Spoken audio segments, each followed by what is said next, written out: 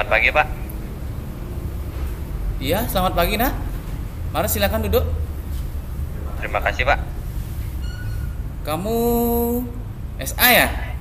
Siswa kelas 96? Ya, Pak, betul. Saya SA siswa dari kelas 96 yang sebelumnya dilaporkan oleh wali kelas dan guru mata pelajaran saya yang kurang semangat dalam mengikuti pelajaran.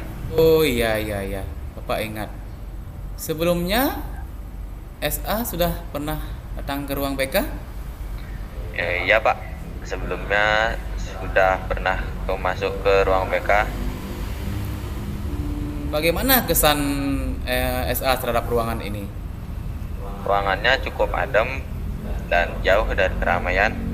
Tapi sejujurnya saya sedikit takut berada di ruangan ini, Pak. Kamu tidak perlu takut. Teman-teman kamu banyak yang datang ke sini. Iya, Pak. Tapi Kamu tidak perlu takut dan ragu datang ke sini untuk berkonsultasi dengan Bapak. Karena Bapak di sini sebagai konselor, tugas Bapak memberi layanan untuk membantu siswa menghadapi masalah dan sulit dalam mengambil keputusan. oh begitu, Pak ya. Iya nak. Menurut kamu apa peranan konselor dan konseling dalam proses konseling ini? Menurut saya, konselor itu tugasnya menyelesaikan masalah yang dihadapi oleh siswa yang bandel, Pak. Sebenarnya yang kamu katakan itu keliru nak. Di sini Bapak sebagai konselor berperan sebagai fasilitator dalam proses konseling untuk semua siswa, bukan hanya yang bandel saja. Yang membantu kamu menemukan jalan keluar dari permasalahan yang kamu hadapi. Sedangkan kamu sendiri sebagai konseli berperan aktif untuk mengemukakan apa yang kamu alami secara jujur serta mampu menemukan sendiri jalan keluar dari permasalahan yang kamu hadapi. Jadi seperti itu, Pak ya. Saya akan berusaha untuk aktif dalam proses ini, Pak. Tapi jangan sampai teman saya tahu, Pak ya. Oh, soal itu SA tidak perlu khawatir. Dalam konseling ada kok kode etik yang menjamin kerahasiaan atas masalah yang kamu hadapi. Jadi, kamu tidak perlu khawatir. Bapak bisa menjamin pembicaraan ini tidak akan diketahui oleh orang lain. Jadi, Bapak akan menjamin kerahasiaannya. Oh, syukurlah, Pak. Kalau begitu, Oke, nak. Sebelum kita mulai membahas permasalahanmu, alangkah baiknya kita membuat kesepakatan waktu yang diperlukan untuk proses konseling ini. Kalau menurut anak, apakah 45 menit sudah cukup untuk melakukan proses konseling? iya, Pak. Saya rasa sudah cukup banyak waktunya. Oke, baiklah. Kita sudah menyepakati waktu yang digunakan dalam proses konseling ini. Nah, sekarang coba kamu ceritakan kembali secara detail permasalahan kamu yang sedang kamu hadapi sekarang. Saya kurang semangat dalam mengikuti pelajaran, Pak. Sehingga saat belajar di kelas saya melakukan kegiatan yang tidak menentu, seperti menggambar atau mencoret-coret meja dan mengganggu teman saya mengerjakan tugas. Ya. Saya merasa sangat lelah, jemu dan mengantuk, sehingga tidak belajar dengan baik dan guru pun marah kepada saya, Pak. Oh, seperti itu. Kalau boleh Bapak tahu kenapa kamu kurang semangat dan lelah ketika belajar di kelas? Karena saya sering begadang main game, Pak. Karena saya sangat suka main game online, sampai jam 12 malam saya main game online. Oh, seperti itu. Jadi, kamu main game online-nya sampai larut malam ya? Nah, Bapak ada di sini untuk membantu kamu. Kamu tahu apa saja dampak yang diakibatkan oleh perilaku kamu itu? Benar Pak, akibatnya saya akan dari perilaku saya itu, saya akan ketinggalan pelajaran Pak. Oh, bagus nak. Akibat lain yang akan ditimbulkan kalau kamu kurang semangat dalam mengikuti pelajaran, dan juga pada saat belajar di kelas kamu melakukan kegiatan yang tidak menentu seperti menggambar atau mencoret-coret meja dan juga mengantuk sehingga tidak belajar dengan baik. Yaitu selain kamu ketinggalan pelajaran, kamu juga pasti akan memperoleh nilai yang rendah dan juga dimarahi oleh guru. Sehingga kamu menjadi pusat perhatian teman-temanmu di kelas, teman-temanmu yang lain. Dan kemungkinan akibat paling fatal, akibat paling buruknya, kamu bisa tidak naik kelas. Iya Pak, saya sudah tahu sekarang akibatnya kalau saya sering begitu. Begini nak ya, Bapak ingin kamu menyampaikan kira-kira apa yang akan kamu lakukan untuk meningkatkan motivasi belajarmu? Saya akan membuat jadwal harian belajar dan mengatur jam tidur dan berhenti main game online biar bisa mengisi waktu yang lebih positif seperti belajar. Bagus nak ya. Tadi kamu mengatakan kamu akan membuat jadwal harian, belajar, mengatur jam tidur, berhenti main game online biar bisa mengisi waktu yang lebih positif. Bapak akan putarkan kamu sebuah video ya tentang cara meningkatkan motivasi belajar ya. Baik Pak. Tunggu sebentar nak, Bapak putarkan videonya dulu. Baik. Dapat disimpulkan bahwa motivasi belajar adalah usaha yang disadari untuk menggerakkan dan mengarahkan diri sendiri agar terdorong melakukan kegiatan belajar, sehingga siswa dapat mencapai tujuan mereka, baik itu dari segi prestasi atau hasil belajar yang baik. Jenis motivasi belajar.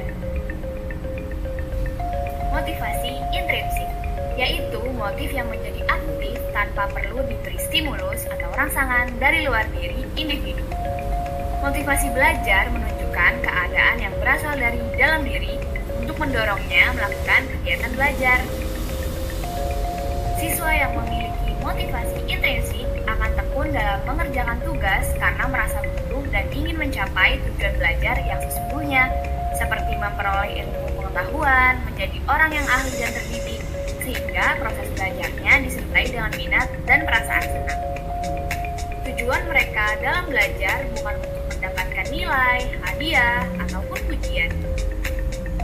Motivasi ekstrinsik, yaitu motif yang menjadi aktif jika mendapat stimulus atau rangsangan dari luar diri. Motivasi belajar dikatakan ekstrinsik bila siswa menempatkan tujuan belajarnya di luar faktor-faktor situasi belajar. Tujuan belajarnya seperti untuk memenuhi kewajiban, mendapatkan hadiah dan pujian, dan menghindari hukuman. Namun bukan berarti motivasi itu tidak baik. Motivasi ekstrinsik juga diperlukan untuk menyeimbangkan keadaan siswa dan komponen-komponen lain dalam proses belajarnya. Motivasi belajar dapat dipengaruhi oleh beberapa faktor, di antaranya faktor internal, yaitu faktor yang berasal dari dalam diri individu, meliputi cita-cita atau harapan akan keberhasilan maupun prestasi tertentu. Faktor ini dapat memberikan semangat dan tujuan jelas dalam belajar. Lalu ada kemampuan individu, mencakup kemampuan kognitif, intelektual, motorik, verbal, dan sikap. Lalu ada faktor fisik, meliputi kesehatan, gizi, fungsi fisik, terutama panca indera. Karena bila sedang sakit, lapar atau mengantuk, konsentrasi akan terganggu. Lalu ada faktor psikologis, berhubungan dengan aspek yang mendorong atau menghambat aktivitas belajar, seperti kondisi rohani dan emosional individu. Selanjutnya, faktor eksternal, atau faktor yang berasal dari luar diri individu. Terdiri dari faktor sosial yang berasal dari manusia di sekitar lingkungan individu, seperti orang tua, meliputi pola asuh yang diberikan oleh orang tua dan anggota keluarga, konselor, faktor sekolah, meliputi interaksi dan kondisi anak di sekolah baik dengan pihak sebaya, fasilitas sekolah, dan guru, serta upaya guru dalam membelajarkan siswa, mulai dari bagaimana guru mempersiapkan diri dalam membelajarkan siswa dengan menguasai materi, metode penyampaian yang menarik, metode untuk menarik perhatian, dan lain-lain.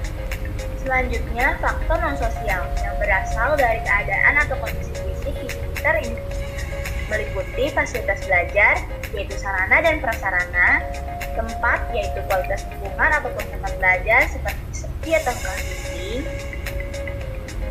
waktu seperti pagi, siang, atau malam, dan keadaan udara seperti cuaca panas atau dingin. Berikut ini ada beberapa cara yang bisa kamu lakukan untuk meningkatkan motivasi belajar. Pertama, dengan membuat agenda atau jadwal belajar, kamu akan tahu kapan waktu belajar sehingga kegiatan lain meningkatkan motivasi belajarnya. Video itu. Kedua, tentukan gaya belajar yang nyaman buat dirimu. Apakah kamu termasuk belajar visual, yaitu dengan cara melihat dan mengamati, atau dengan auditori, yaitu melalui pendengaran, atau mungkin juga dengan kinestetik dan taktil. Carilah tempat atau suasana yang nyaman untuk kamu belajar. Lalu, penting itu untuk fokus dengan menunda hal yang mengganggu waktu belajar. Penting loh untuk mengistirahatkan dirimu sejenak dengan meregangkan tubuh misalnya, ataupun bisa juga dengan mencari udara segar dan minum serta makan makanan ringan. Terima kasih sudah menonton video ini. Gimana deh video itu? Ya Pak, videonya sangat menarik dan membantu saya untuk lebih serius dalam belajar supaya masa depan saya cerah dan tidak bermalas-malasan dan berhenti bermain game online dan mengurangi begadangnya.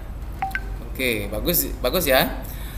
Nanti kalau kamu menemui kesulitan atau hambatan misalnya, kamu bisa menemui Bapak kembali di ruangan ini. Baik Pak, terima kasih Pak ya.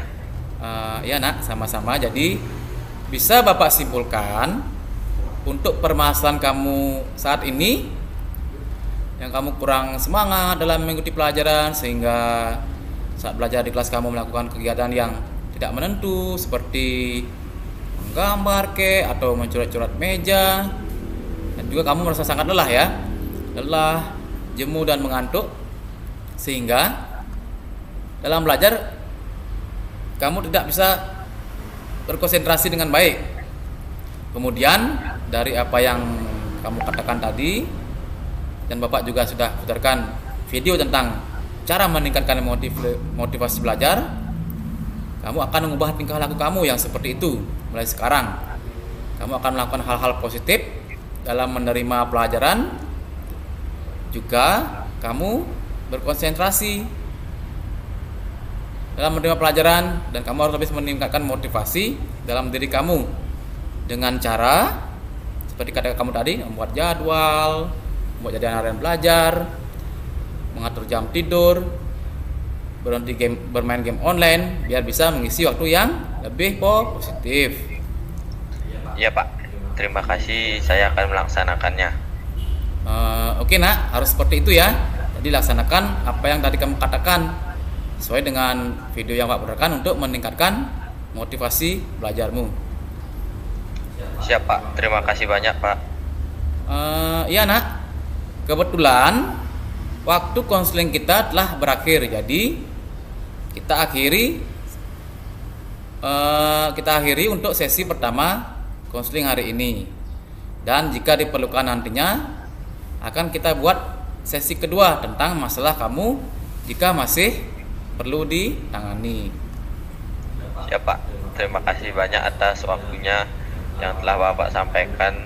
Saya merasa senang dan lega. Sekarang saya sudah tahu apa yang harus saya lakukan. Kalau begitu, saya permisi ingin kembali ke kelas. Selamat pagi Pak. Iya nak, sama-sama. Selamat pagi.